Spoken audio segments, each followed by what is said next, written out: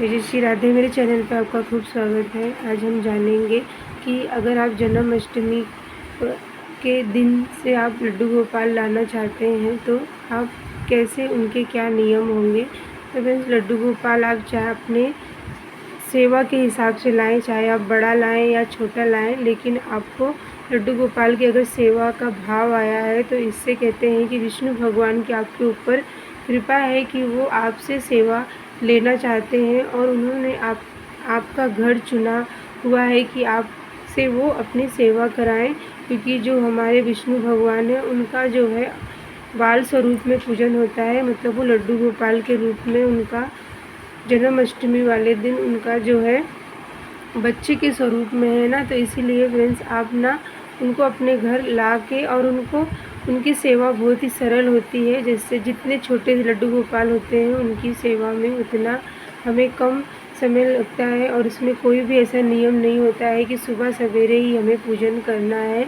उनकी पूजा के लिए आप जो है उनको एक बच्चे के स्वरूप है ना, तो इसलिए फ्रेंड्स उनकी सेवा आप आराम से भी कर सकते हैं। और फ्रेंड्स, इसमें सबसे पहले आपको ना लड्डू गोपाल अगर आप लाते हैं तो उनका स्नान कराना, हर रोज़ आपको उनको स्नान करवाना, उनके वस्त्र बदलना और समय समय पर उनके भोग सेवा का आपको ध्यान रखना होता है। जैसे आप अपने छोटे से बच्चे का ध्यान रखते हैं उसी तरह से हमें लड्डू गोपाल जी का भी ध्यान रखना होता है कि उन्हें समय पे स्नान करवाएं और भोग सेवा उनकी दूध से, मक्खन मिश्री से या फिर अपने रसोई घर में जो भी आपने भोजन बनाया है बिना प्याज लहसुन का, तो सबसे पहले आप उन्हीं का भोग लगेगा।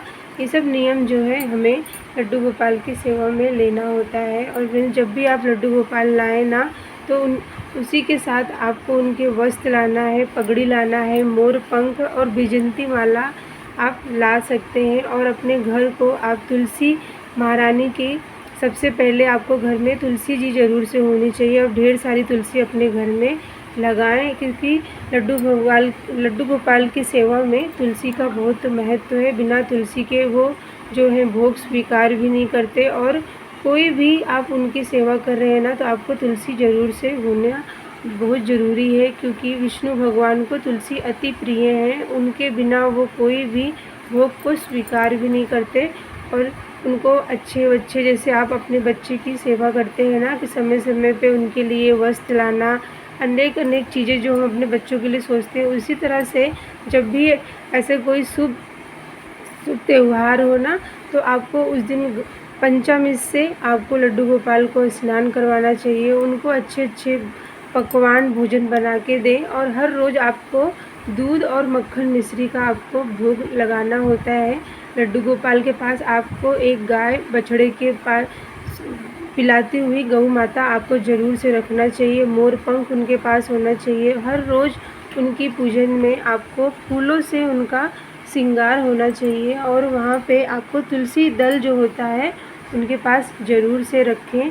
और फ्रेंड्स, जब विष्णु भगवान आपसे सेवा लेना चाहते हैं ना तभी वो आपके मन में ऐसा भाव डालते हैं कि हमें लड्डू गोपाल की सेवा करनी है। तो इसीलिए भगवान विष्णु की सेवा लेने के लिए वो आपके घर को चुनते हैं और आपसे वो सेवा लेना चाहते हैं।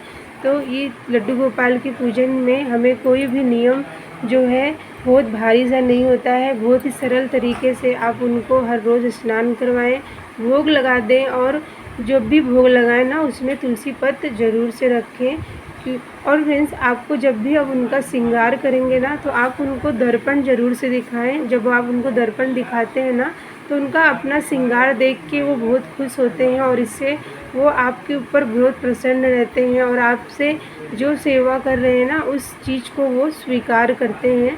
और फ्रेंड्स, आप जब भी उनको इस तरह से भोग लगा दें, दूध का, मिठाई का या फिर जो मक्खन मिश्री का आप लगा रहे हैं ना, उसके बाद अगर आप ना यहाँ पे भोजन, जब भी आप उनको खाना खिलाते हैं ना तो आपको ना अपने मंदिर में फ्रेंड्स पर्दा लगा है तो बहुत अच्छा है, नहीं तो जब भी आप उनको भोग लगाते हैं तो अपने हाथों से सेवा दें, मतलब अपने हाथों से उनको खिलाएं और अपनी आँखों को और नज़रें नीचे कर लें और उनको ऐसा भाव करें कि मैं आपको, मतलब अपने मन में ऐसा भाव लाएं कि हम आपकी में लड्डू गोपाल वो भोग को स्वीकार कर रहे हैं, खा रहे हैं।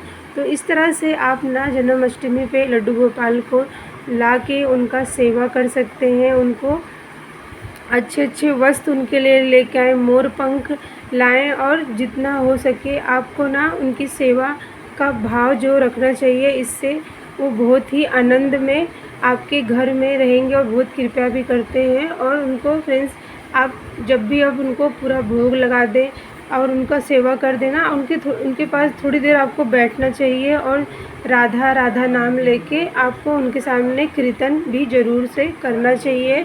क्योंकि तो फ्रेंड्स, हम कोई नहीं होते किस भगवान की सेवा करने के लिए। जब तक भगवान नहीं चाहेंगे हम कुछ नहीं कर सकते।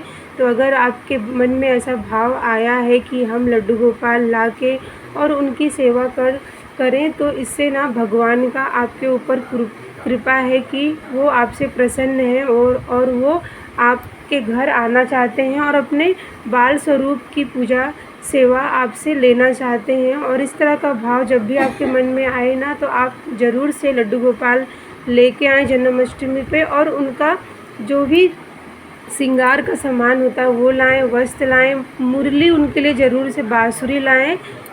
तो इस तरह से उनके पास सेवा के लिए सभी जो भी उनके पूजा करने के और उनकी सेवा में और उनकी वस्तुओं का आप ज़रूर से समय समय पे ध्यान रखें। उनकी भोग में उनके जो भी सेवा होती है उनका ध्यान रखें, और अपने लड्डू गोपाल की सेवा सरल तरीके से करें। क्योंकि लड्डू गोपाल है ना, वो कोई उनका नियम नहीं होता। अपने बच्चे की जैसे हम सेवा करते हैं, उसी तरह से हमें अपने लड्डू गोपाल का भी ध्यान रखना होता है।